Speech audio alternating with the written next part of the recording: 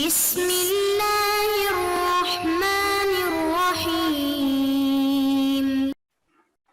بسم اللہ الرحمن الرحیم الحمد للہ وکفا وسلام علی عبادہ الذین اصطفى اما بعد.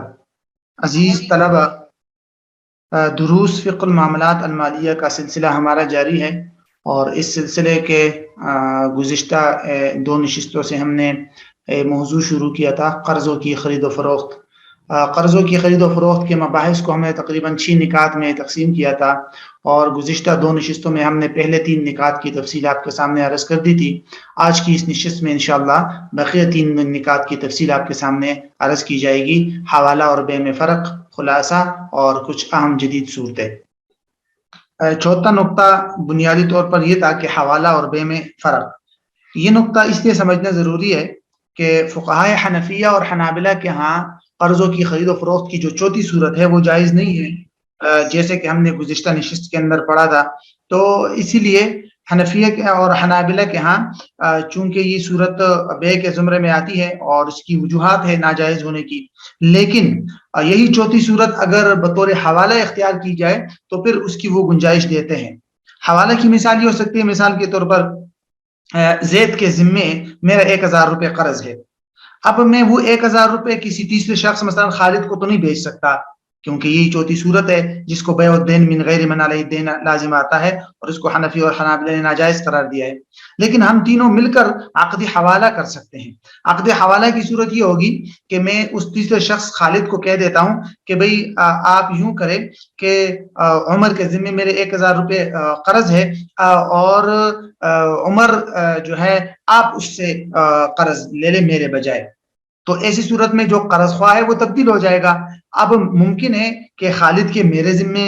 قرضہ ہو، تو میرے جو ذمے قرضہ تھا خالد کا، وہ خالد مجھ سے وصول کرنے کے بجائے زید سے اپنا قرضہ وصول کر لے گا، کیونکہ زید کے ذمے میرا قرض تھا.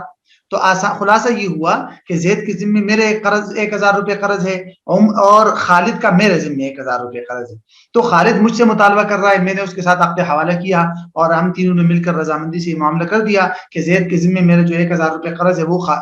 خالد کو دے دیا جائے. تو اس صورت کی اجازت ہے، لیکن اس کو عقد حوالہ قرار دیا جائے گا. اس کو بے کے زمرے میں لا کر اس کو باقاعدہ فروخت کرنا جائز نہیں ہوگا. بے اور حوالہ میں بنیادی فرق یہ ہوگا کہ بے کے زمرے میں اگر ہم معاملہ کر لیتے تو بے میں ہوتا یوں ہے کہ فروخت کنندہ مکمل طور پہ بری ہو جاتا ہے، اس سے کسی قسم کا مطالبہ بعد میں نہیں کیا جاتا، اور حوالہ میں طلاق کی صورت میں واپس رجوع ہو سکتی ہے. کیا مطلب ہے اس کا؟ مطلب یہ ہوا کہ اگر میرا 1000 روپے زید کے ذمے قرض ہے اور میں عمر کے ساتھ عقد حوالہ کرتا ہوں، یا خالد کے ساتھ میں عقد حوالہ کرتا ہوں، تو بعد میں اگر خالد کو زید کی طرف سے پیسے نہ ملے اور زید نے انکار کر دیا وغیرہ وغیرہ، کچھ بھی ایسی صورتحال پیش آئی کہ خالد کو زید کی طرف سے پیسے نہیں ملے، تو خالد واپس مجھ سے مطالبہ کر سکتا ہے کہ بھئی میرا قرض دے دو، آپ نے مجھے جس آدمی کے حوالے کیا تھا وہاں سے مجھے قرض نہیں ملا. اس کو کہتے ہیں عقد حوالہ. اور اگر میں خالد کو یہ قرض بیچ دیتا کہ میں اس کو کہتا کہ زید کے ذمہ میرے 1000 روپے ہے وہ میں آپ کو بیچ دیتا ہوں، مجھے تم اس کے بدلے فلاں چیز دے دو، یا تو ایسی صورت میں بعد میں پھر اگر خالد کو قرض نہ ملتا تو وہ مجھ سے مطالبہ نہیں کر سکتا، کیونکہ میں تو بیچ چکا ہوں. تو اس لیے یہ صورت ہے کہ بے اور حوالہ میں بنیادی فرق یہی ہے، تو اس کو مد نظر رکھنا ضروری ہوگا. اس کے بعد نقطہ ہے خلاصہ. یعنی اب تک جو ہم تفصیل پڑھ چکے ہیں کہ قرضوں کی خرید و فروخت کی کتنی صورتیں بنتی ہے، تو اس کی بنیادی طور پر ہم نے 4 صورتیں نکالی تھی، لیکن بطور خلاصہ ہم اس کو یوں کہہ سکتے ہیں کہ 2 اہم اور بنیادی صورتیں 2 ہیں. ایک ہے بیع الدین بالدین، ایک ہے بیع الدین بالنقد. بیع الدین بالدین کے ذیل میں بھی 2-3 صورتیں آتی ہیں، وہ ناجائز ہے. بیع الدین بالدین تقریباً تمام فقہا کے ناجائز ہے. اور بیع الدین بالنقد کے تحت پھر 2 قسمیں آتی ہیں. ایک بیع الدین ممن علیہ الدین کہ اصل مقروض کے ساتھ معاملہ کرنا، یہ تمام فقہا کے ہاں تقریباً جائز ہے. اور دوسری صورت بیع الدین من غیر من علیہ الدین کہ اصل مقروض کے علاوہ کسی تیسرے فرد کے ساتھ قرض کے بیچنے کا معاملہ کرنا. اب یہ جو صورت ہے بیع الدین من غیر من علیہ الدین، حنفی اور حنابلہ کے ہاں درست نہیں ہے، دیگر ائمہ کچھ شرائط کے ساتھ اس کی اجازت دیتے ہیں. تو یہ ہے قرضوں کی خرید و فروخت کی بنیادی صورتوں کا حاصل اور خلاصہ. اس کے بعد اب ہم آخری پوائنٹ کی طرف آتے ہیں کہ قرضوں کی خرید و فروخت کی بنیادی صورتیں تو ہم نے دیکھ لی، لیکن کیا قرضوں کی خرید و فروخت کی کوئی جدید صورت ایسی پائی جاتی ہے جو بظاہر تو ہمیں نہ لگے کہ یہ قرض فروخت ہو رہے ہیں؟ اب اس کو تو ہر کوئی قرض کو فروخت کرنا کہتا ہے کہ مثال کے طور پر میرا زید کے ذمہ 1000 روپے قرض ہے اور میں کسی دکاندار کو کہتا ہوں کہ مجھے فلاں چیز دے دو، اور جو 1000 روپے آپ کی مجھ سے بنتے ہیں وہ میں نے زید کے ذمہ جو 1000 ہے اس کے بدلے آپ کو بیچ دیے۔ اس نے کہا ٹھیک ہے، اور زید نے بھی مان لیا، اور اس طرح تو اس کو تو قرض کی خرید و فروخت سب کہتے ہیں، اور یہ بظاہر اس میں کسی قسم کی شک کی ضرورت نہیں ہے۔ لیکن عصر حاضر میں کچھ ایسی صورتیں سامنے آئی ہے جو در حقیقت قرضوں ہی کی خرید و فروخت ہے، اور اس پر قرضوں ہی کی خرید و فروخت کے احکامات جاری ہوں گے۔ اس میں ہم مثال کے طور پر اہم صورتیں 1 2 3 لے لیتے ہیں کہ ایک صورت ہے بانڈز کی خرید و فروخت۔ حکومت اور کوئی بھی ادارہ جو بانڈز جاری کرتی ہے تو وہ بانڈز جو ہوتے ہیں اس ایک رسید ہے، آپ نے حکومت کو مثلا پیسے دے دیے 1 لاکھ روپیہ اور آپ کو بانڈز مل گئے، تو وہ بانڈز کی خرید و فروخت نہیں ہوتی، وہاں بانڈز تو صرف ایک رسید ہوتی ہے، وہ در حقیقت قرض کی خرید و فروخت ہے، یا آپ حکومت کو قرض دے رہے ہیں۔ فی الحال آپ نے بانڈز لے لیے، حکومت کو پیسے دے دیے، تو یہ قرض ہے۔ اب یہ بانڈز اگر آپ حکومت کے علاوہ کسی اور شخص کو بیچتے ہیں تو یہ بیع الدین من غیر من علیہ الدین ہوگا، کہ آپ کا حکومت کے ذمہ قرض ہے، اس کی رسید آپ کے پاس بانڈز کی شکل میں ہے، وہ اگر آپ کسی اور کو بیچ رہے ہیں تو آپ قرض کو بیچ رہے ہیں۔ لہٰذا حنفی اور حنابلہ کے ہاں تو ویسے بھی جائز نہیں ہے، دیگر ائمہ کے ہاں کچھ شرائط کے ساتھ جائز ہے، لیکن وہ شرائط بھی بانڈز میں نہیں پائی جاتی، اس لیے علماء کے ہاں بانڈز کو کسی اور شخص کے ہاتھ بیچنے کی اجازت نہیں ہے، بلکہ بانڈز پر انعامات لینا بھی سود کے زمرے میں آتا ہے، کیونکہ یہ قرض ہے، اور اگر آپ بانڈز بیچیں گے کسی اور کو تو یہ قرض کی خرید و فروخت ہے۔ اسی طرح یہ صورت ہے بل آف ایکسچینج، اس کو کہتے ہیں۔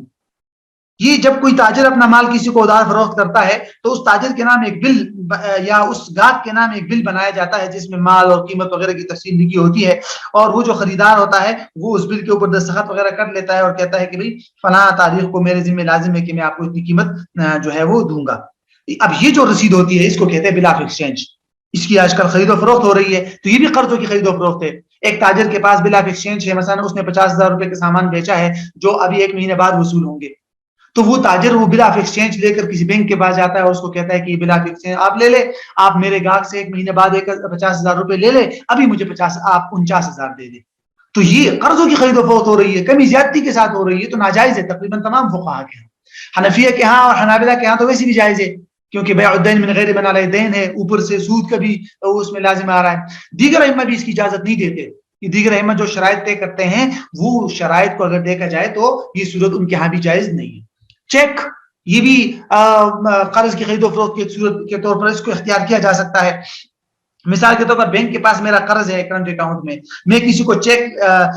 دکاندار سے چیز خرید کر اس کو مثلا پیمنٹ کر دیتا ہوں چیک کے ذریعے، اور اس کو میں باقاعدہ مثلا کہہ دیتا ہوں کہ بھئی یہ چیک میں نے آپ کو بیچ دیا یا اس کے بدلے میں آپ سے کوئی چیز خرید لی، تو اس کو بھی آپ قرض کی خرید و فروخت کے زمرے میں لا سکتے ہیں کہ میں نے دکاندار کو قرض دے دیا جو میرا بینک کے ذمے ہے، اور اس قرض کے بدلے میں نے دکاندار سے کوئی چیز خریدی، تو یہ بیع الدین بالنقد ہوگا، وہ بھی بیع الدین من غیر من علیہ الدین، کہ اصل مقروض کے علاوہ کسی اور کے ساتھ معاملہ ہو رہا ہے۔ تو حنفی اور حنابلہ کہ ہاں یہ بھی درست نہیں ہے۔ ہاں حوالہ کے طور پر درست ہے کہ آپ دکاندار کو کہیں کہ یہ چیک لے لے، جا کر آپ بینک سے جو ہے پیسے پیمنٹ لے سکتے ہیں، یا جس طرح آج کل کارڈز بنتے ہیں کریڈٹ کارڈز وغیرہ، وہ بھی اسی طرح کی ادائیگی ہوتی ہے، تو وہ اس کو قرضوں کی خرید و فروخت نہیں کہہ سکتے، اس کو عقد حوالہ کے ضمن میں لایا جائے گا۔ اگر آپ دکاندار کو یہ نہیں کہتے کہ یہ چیک میں نے آپ کو بیچ دیا، اور اس طرح عموماً نہیں کیا جاتا، بلکہ آپ صرف اس کو چیک اس لیے دیتے ہیں کہ وہ جا کر یا کارڈ اس لیے یوز کرتے ہیں کہ جا کر وہ بینک سے ادائیگی یا اپنی قیمت لے لے، اگر وہاں سے وہ نہ ہو سکے تو پھر وہ دوبارہ آپ سے رجوع کرے گا، تو پھر یہ عقد حوالہ ہے، اس کی اجازت ہے، تو اس کی پھر شرعاً کوئی ممانعت نہیں ہے۔ اسی طرح مستقبل سودے، آج کل شیئرز اور دیگر اشیاء کی مستقبل سودے اور فیوچر ٹریڈنگ ہوتی ہے، کہ مثال کے طور پر خاص کر سٹاک مارکیٹ کے اندر اس میں بیع الدین بالدین بہت زیادہ پائے جاتی ہیں۔ مثال کے طور پر میں کہتا ہوں کہ بھئی فلاں شیئرز میں نے آپ سے 1 لاکھ کے شیئرز خرید لیے اور میں آپ کو قیمت دوں گا 1 مہینے بعد، تم مجھے 1 مہینے بعد شیئرز دے دینا۔ اب دونوں جانب کی چیز ادھار ہے، قیمت بھی اور شیئرز بھی۔ تو اس طرح سٹاک ایکسچینج میں شیئرز اور اس طرح دیگر معاملات کے فیوچر کانٹریکٹس ہوتے ہیں، وہ سارے کے سارے بیع الدین بالدین میں آتے ہیں، اور وہ بھی شرعاً حرام اور ناجائز ہے تقریباً تمام فقہا کے۔ تو بہرحال یہ خلاصہ تھا ہمارا قرضوں کی خرید و فروخت کے سے متعلق جو ضروری تفصیلات تھی وہ آپ کے سامنے آ گئی اور یہ موضوع ہمارا مکمل ہو گیا.